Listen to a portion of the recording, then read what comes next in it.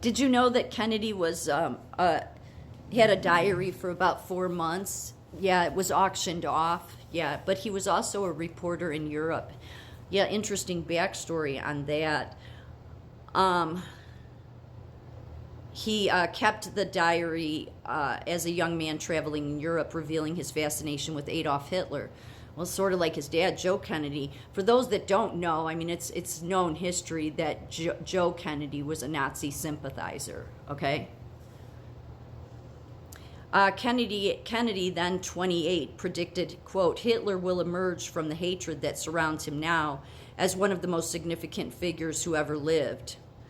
Quote, he had in him the stuff of which legends are made. Kennedy wrote the entry in the summer of 1945 after touring the German dictator's Bavarian mountain retreat. Interesting. It did go up for auction. It's only 61 pages. At the time, the young American was touring Europe as a newspaper reporter after finishing his military service aboard a ship in the Pacific Ocean.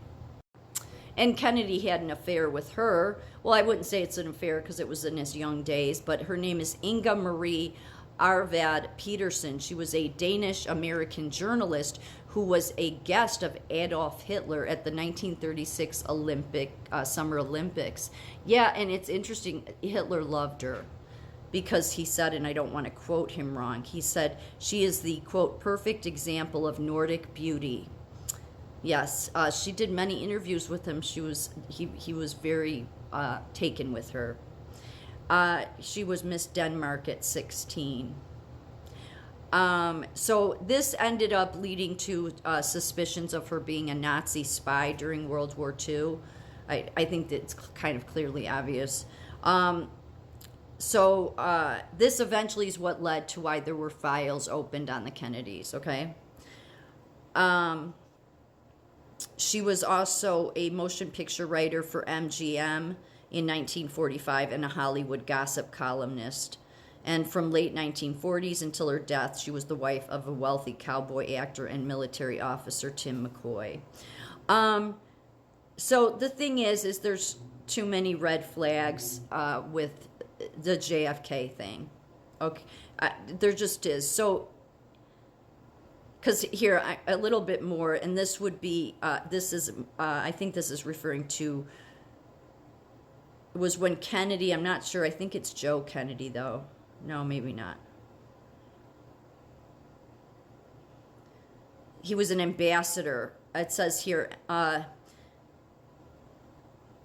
As an illustration of how wrong impressions regarding Germany were being spread, Ambassador Kennedy related that recently Johnny Rockefeller, a very influential and sensible man, had told him that according to a report by one of the leading professors of the Rockefeller Institute, the limited amount of food available in Germany was being served mainly for the army, with the result that the rest of the population had to suffer want.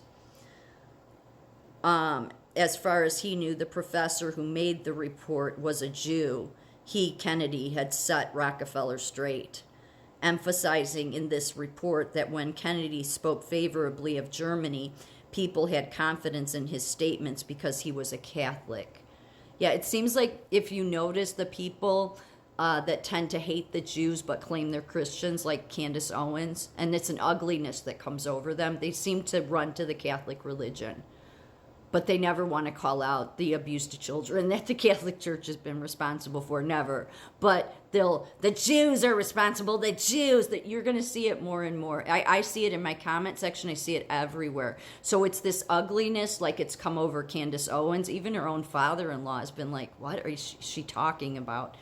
But the Bible tells us who these people are. So this goes on to say, okay, so again, you have to keep in mind America is the biggest Christian nation, okay? So that means Americans that are real Christians, that is, we know what the Bible says about the persecution of the Jews. So if you didn't want the Bible to be true, then you shouldn't have persecuted them. And then what people that are ugly like Candace Owens do is it's the Jews' fault, it's the Jews, Whitney Webb. But of course she lives in Chile.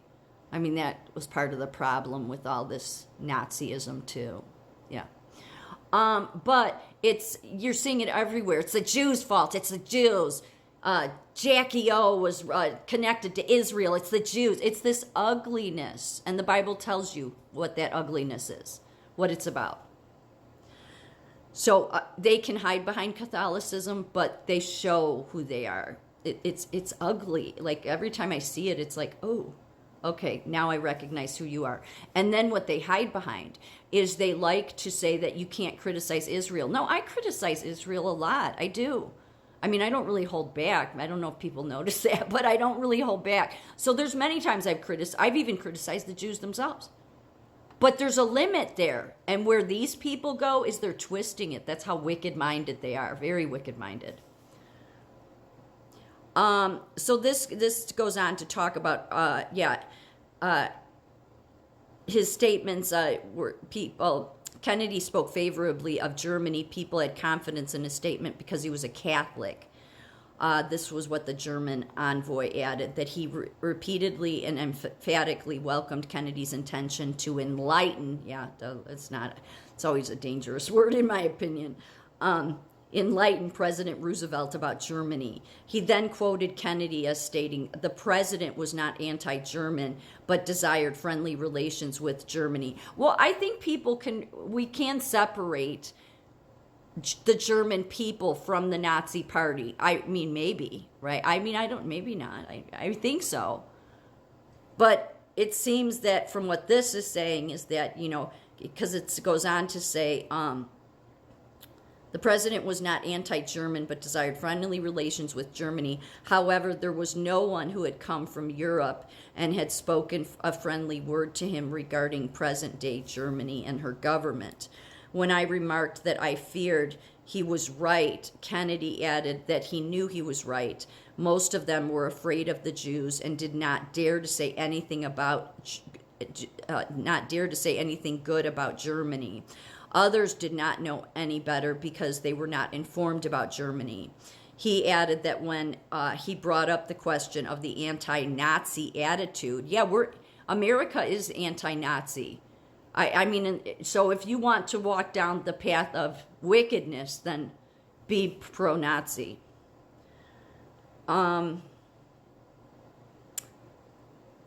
So he added that when he brought up the question of the anti-Nazi attitude of the American press, Kennedy did not have much to say to these statements and merely mentioned that the press on the East Coast was unfortunately predominant in the formation of public opinion in America and that it was strongly influenced by the Jews. Yeah. So that's why Joe Kennedy, he spent a lot of his time while his kids were getting in political positions, getting a hold of the movie industry. Yeah. So you know how Donald Trump appointed himself as chairman of the board of the Kennedy Center because that's performing arts. Well, there's a reason he's doing that. Because, again, the Nazi Party didn't like the way that Nazis were being portrayed in America. So now let's bring this forward because I think there were people, because there were already files on the Kennedys, okay? So then you have these intelligence agencies, so they know, because they have a file going back to World War II and back to this Nazi spy, okay, that had an affair with Kennedy. Or not an affair, but was, involved with him. And he was hanging out over there in Europe with Hitler. So then you give it a chance because the American people voted, right? And Kennedy portrayed himself that he was all about America. So maybe, the intelligence agencies, I'm not saying they did it. I'm just trying to think from their standpoint. They knew a little bit more than the American people did. And so what did Kennedy do? The first thing he did when he came in the door was he did something that only an idiot could F up at. And that was the Bay of Pigs. Because Eisenhower, I said, already had that in place. And what was Cuba doing? They were training guerrillas from Latin America, where many of the Nazi sympathizers went to. Yet they were going to Cuba to get guerrilla warfare training. So then, when you're a CIA or FBI person and you're like, holy shit, like how did he fuck that up? And it led to a nuclear standoff. And then you go after the intelligence agencies that protect us from the Nazis. Well,